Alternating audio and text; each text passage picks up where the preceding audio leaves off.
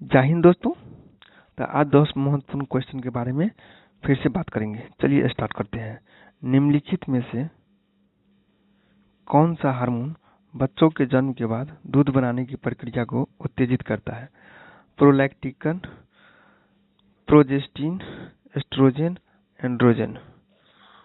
इसका आंसर होगा prolactin.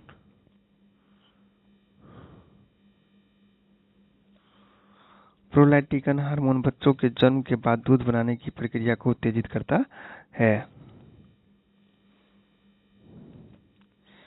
Antibiotic कौन कवक से प्राप्त किया जाता है?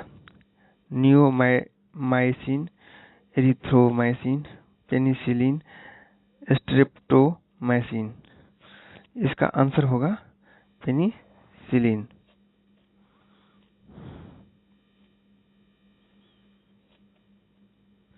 प्रतिजैविक एंटीबायोटिक एक प्रकार का रासायनिक पदार्थ है जिसका निर्माण कुछ सूक्ष्म जीवों द्वारा होता है।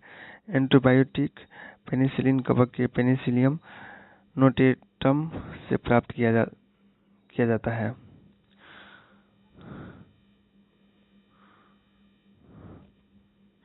निम्न में से कौन सी बीमारी वायु के माध्यम से नहीं फैलता है? सामान्य जुकाम, निमोनिया, हैजा और तपेदिक। तो इसका आंसर होगा हैजा।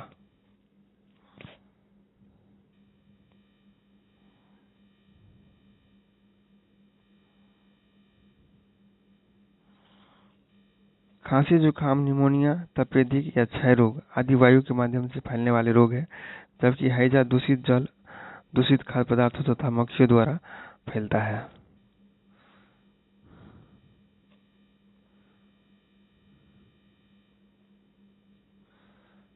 एक कोशिका के दो समान संतति कोशिकाओं में विभाजन की प्रक्रिया को क्या कहा जाता है? द्विखंडन, बहुविखंडन, पुनरुत्थान और बीजाणु का बनना।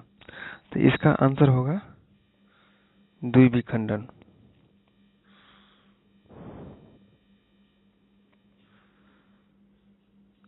एक कोशिका के दो समान संतति कोशिकाओं में विभाजन की प्रक्रिया को द्विविखंडन कहा जाता है। जैसे अमीबा जीव द्विविखंडन द्वारा जनन करते हैं।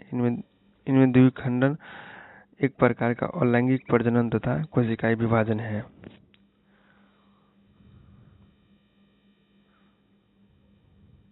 लिटमस का घोल निम्नलिखित में लिटमस का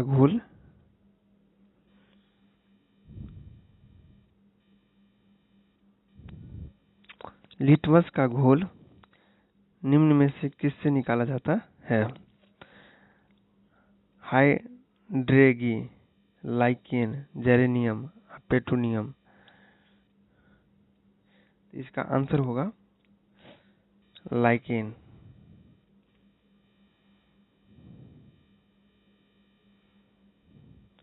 लिटमस विलियम बैगन का रंग का रंजक होता है जो थाइलोफाइटा समूह के लीचिन लाइकेन पौधे से निकाला जाता है। लाइकेन वायु प्रदूषक के अच्छे सूचक माने जाते हैं।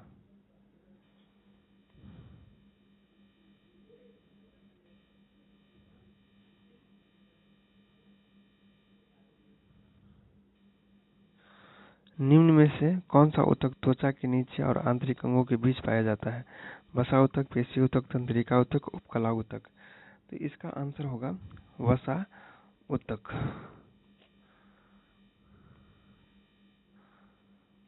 ऊतक कोशिकाओं का समूह होता है जिसमें कोशिकाओं की संरचना तथा कार्य एक समान होता है। वसा ऊतक त्वचा के नीचे तथा आंतरिक अंगों के बीच पाया जाता है।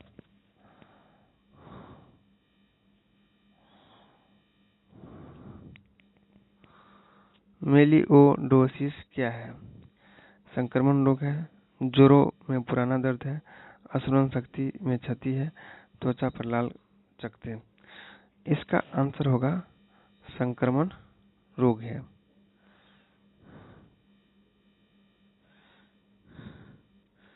मेलिओडोसिस एक संक्रमण रोग है जो जीवाणुओं द्वारा होता है। यह मनुष्य तथा पशुओं दोनों को प्रभावित करता है। यह जीवाणुओं द्वारा फैलता है।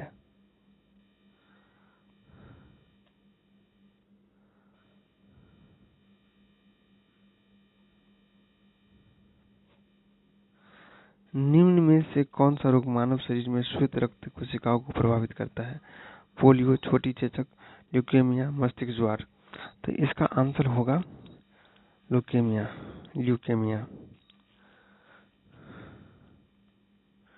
ल्यूकेमिया रोग मानव शरीर में श्वेत रक्त कोशिकाओं को प्रभावित करता है।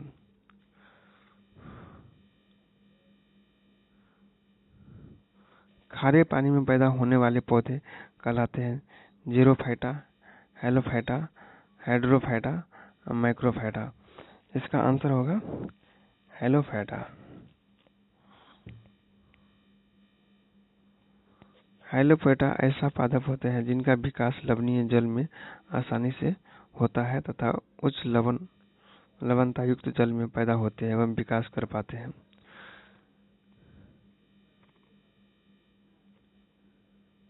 जठर ग्रंथियों द्वारा स्रावित हाइड्रोक्लोरिक अम्ल किस एंजाइम की क्रिया को आसान कर देता है? Pepsin, trypsin, amylase, lipase.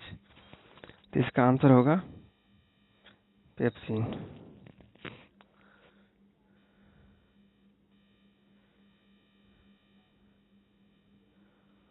पाचन कार्य आमाशय की भित्ति में उपस्थित जठर ग्रंथियों द्वारा संपन्न होते हैं। ये हाइड्रोक्लोरिक अम्ल एक प्रोटीन पाचक एंजाइम पेप्सिन तथा श्लेष्मा का स्रावन करते हैं।